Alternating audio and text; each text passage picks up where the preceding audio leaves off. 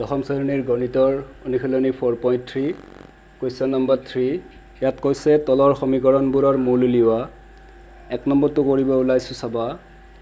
x - 1/x = 3 x ≠ 0 আমি দেখিছো সমীকৰণটোত ভগ্নাংশৰ সমস্যা আছে যেহেতু ভগ্নাংশটোৰ হৰত x আছে x এৰে পূৰণ কৰি দিলে এই সমস্যাটো নাইকিয়া হ'ব x এৰে ইয়াত পূৰণ কৰা x * x ইয়াতে কৰিলে x * 1/x ইয়াতে কৰিলে 3 * x এতিয়া সোয়া x কাটা যাব x * x x² ইয়াতে থাকিল -1 = 3x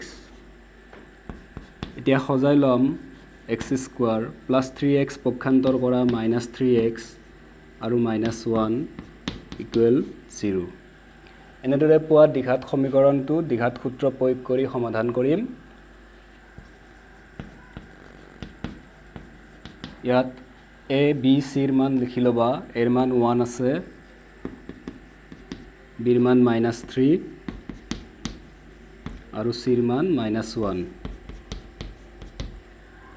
এতিয়া b² - 4ac ৰ মানটো পৰীক্ষা কৰিবা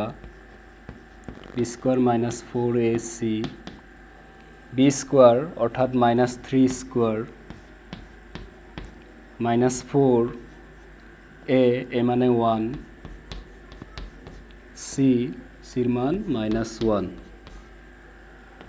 এতিয়া সৰল কৰা এটো পাবা 9 - প্লাস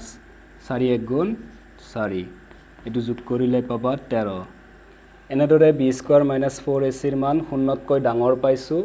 গতিকে সমীকৰণটোৰ বাস্তৱ মূল থাকিব এতিয়া মূলবিলাক ওলাবৰ কাৰণে দ্বিঘাত সূত্ৰটো প্ৰয়োগ কৰিবা x = -b +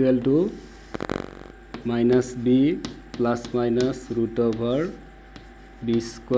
- 4ac / ইয়াত মানবিলাক বহুৱাই দিয়া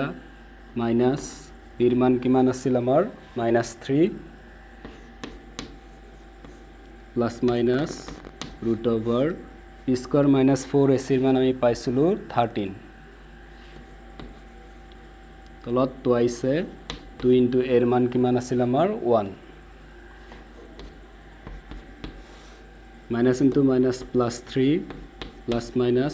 13 ৰ বৰ্গমূল আমি নাপাওঁ গতিকে √13 লিখিম তলত 2 * 1 = 2 এনেদৰে x ৰ দুটা মান পাইছো এই মান দুটাই হৈছে নিৰ্ণয় মূল এবাৰ তোমালোকে 3 নম্বৰটো চোৱা 2/3x² - 1/3x - 1 = 0 এবাৰো দেখিছো ভগ্নাংশৰ সমস্যা আছে যেহেতু ভগ্নাংশবিলাকৰ হৰত 3 আছে গতিকে 3 ৰে পূৰণ কৰি দিলে এই সমস্যাটো নাইকিয়া হ'ব 3 ৰে পূৰণ কৰা 3 * 2/3x² ইয়াতে কৰিলে 3 * 1/3x ইয়াতে কৰা 3 * 1 = 0 এতিয়া চোৱা 3 কাটা যাব ইয়াতে থাকিল 2x² ইয়াতে থাকিল -x আৰু ইয়াতে -3 * 3 এনেদৰে পোৱা দ্বিঘাত সমীকৰণটো দ্বিঘাত সূত্ৰ প্ৰয়োগ কৰি সমাধান কৰিম